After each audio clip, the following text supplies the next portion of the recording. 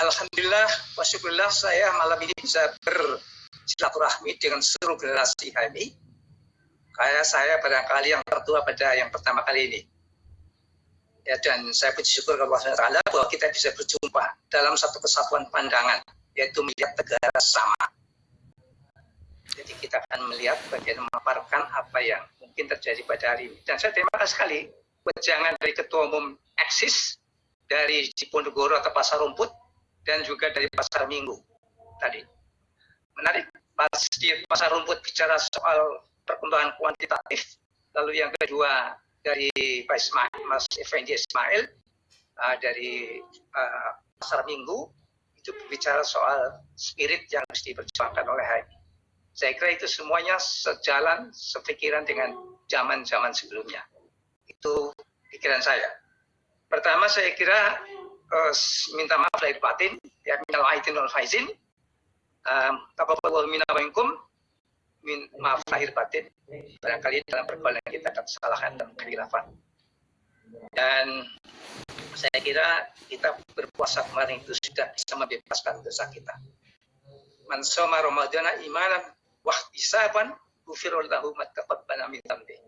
Jadi saya kira kalau puasanya betul-betul ikhlas demi Allah dan pasti juga muhasabah, introspeksi, saya yakin kita semua dibebaskan dosanya masa lalu.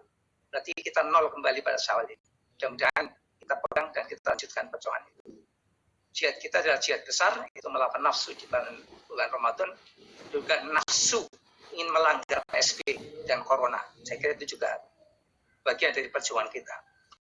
Baik, untuk kita melihat semua generasi ini, saya akan berbicara tentang siapa sebenarnya HMI yang kita lihat hari ini. Sebagai orang yang hidup dalam 3 generasi.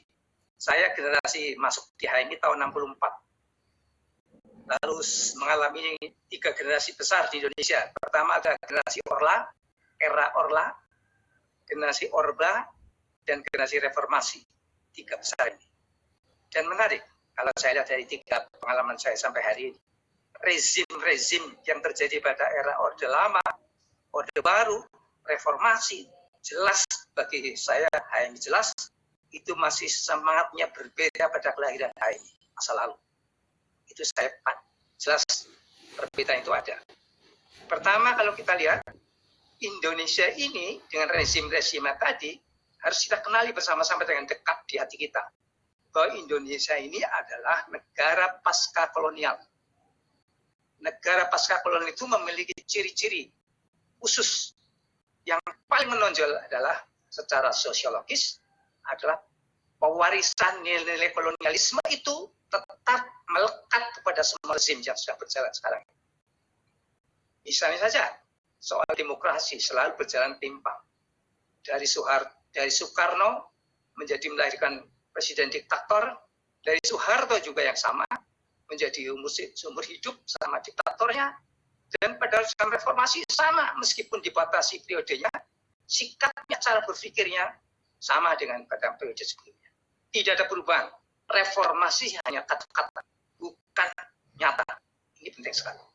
Karena itu, Anda kalau kita melihat lahirnya HMI, 2 tahun setelah merdeka, berarti HMI memperjuangkan suatu membawa misi bagaimana menegakkan sebuah negara.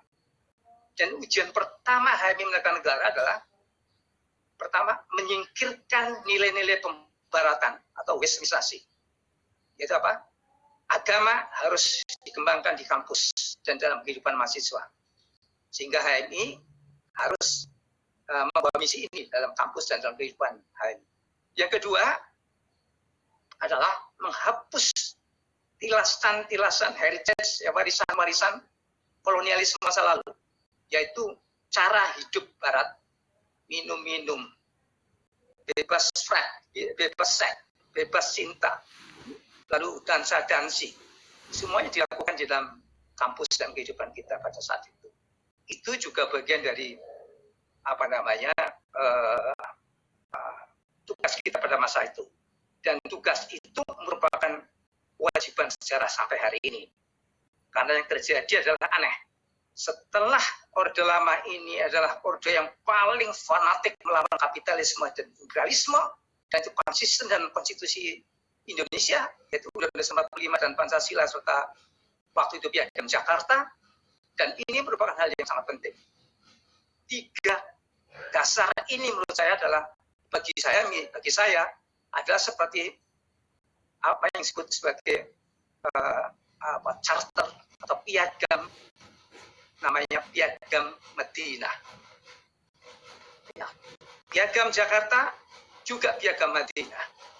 Konstitusi Undang-Undang 45 bagian dari Piagam Madinah. Dan juga Pancasila Piagam Madinah. Sehingga negara Indonesia itu negara yang dilahirkan untuk melawan kolonialisme.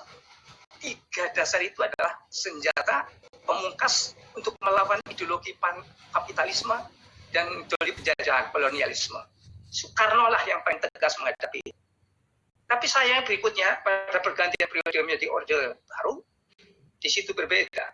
Ada antitesis. Dulu yang sangat anti kapitalis, sangat anti imperialis, tapi kemudian bangkit Orde Baru yang justru yang pro Barat, yang kemudian jadi sangat cenderung pada kapitalisme. Dan pada saat itu menarik.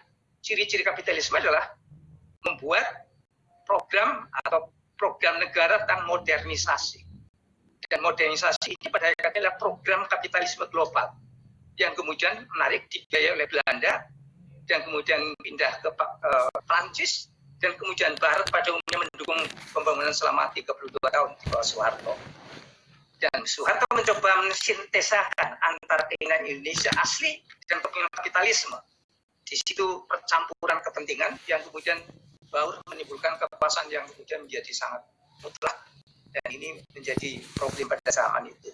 Sehingga nasibnya adalah sama dengan Soekarno, dijatuhkan di dalam forum bangsa Indonesia, yaitu people power. Juga Soeharto, jatuhnya adalah di people power, karena pelanggaran-pelanggaran dilakukan oleh rezim itu, 2 rezim tadi. Tapi menarik, begitu masuk reformasi, pada reformasi tidak ada sama segala people power tidak ada. Tetapi menarik, penyimpangan terhadap undang-undang dasar yang asli Undang-Undang 45 terjadi dan disahkan di dalam kehidupan kita bersama. Dan bagian dari perubahan-perubahan itulah justru titipan global dan pengaruh global, di mana unsur-unsur global tadi masuk di dalam perubahan-perubahan yang dianggap sebagai reformasi itu. Sehingga menurut saya, kata-kata reformasi sebenarnya tidak tepat. Karena reformasi dalam sejarah pemikiran di Barat lahir dari gerakan Protestantisme, yaitu sekularisme, rasionalisme, saintifisme, dan bahkan desakralisasi. Dan dalam konteksnya ini adalah kapitalisme, bagian dari bangkitnya kapitalisme pada zaman pertama kali abad modern, yaitu melahirkan kolonialisme modern, dan Belanda adalah bagian daripadanya, masuk Indonesia. Dengan begitu maka saya lihat seluruh rezim 3 periode ini hampir tetesan dari inspirasi Barat masih kuat. Apa yang terjadi? Justru selalu lahir ketidakadilan seperti ungkapan Mas Effendi Ismail, kemiskinan semua tadi. Dan ini sebenarnya pertentangan sekali dengan Undang-Undang 45 dan Pancasila dan semangat Piagam Jakarta yang menjiwai pelaksanaan Undang-Undang 45. Dan ternyata hal itu sampai hari ini masih terasa. Dan karena itu kalau kita melihat semacam ini, mestinya menjadi bagian yang terpenting untuk kita. Bagaimana peran HMI? HMI sebagai insan akademik, insan universitas, insan yang bergelut dengan ilmu pengetahuan, maka sebenarnya harus menciptakan diri sebagai ulil albab. Dan sekaligus mungkin di situ menjadi ulama sekaligus. Ya. Dan justru kalau kita ingat pidatonya Lavran Pane pada Dies Natalis pertama, dia ingin punya cita-cita akan mencetak HMI adalah intelektual yang santri dan santri yang intelektual, atau ulama yang intelektual dan ulama yang santri. Ayo ulama yang intelektual dan intelektual yang ulama. Ini menarik sekali. Kata-kata ini menarik pada Dies Natalis itu seolah tercipta suasana di HMI, di batin HMI. HMI juga adalah seorang ulama, tapi sekaligus juga intelektual atau akademisi bahkan kalau lihat. Oleh karena ini yang saya diwarisi, kemampuan yang penting sekali pada ulama ini adalah daya kritisnya. Karena HMI lahir dari berbagai macam perbedaan, maaf kalau kita sebut perbedaan mazhab di dalam, itu banyak sekali, dan itu membuat HMI sangat aneka ragam pikirannya dan sangat dinamis di dalam.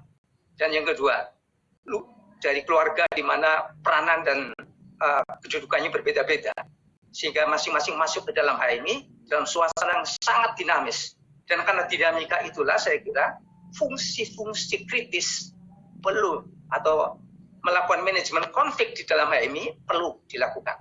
Dan ini harus terjadi sebagai satu upaya mencerdaskan kader-kader kita di masa depan.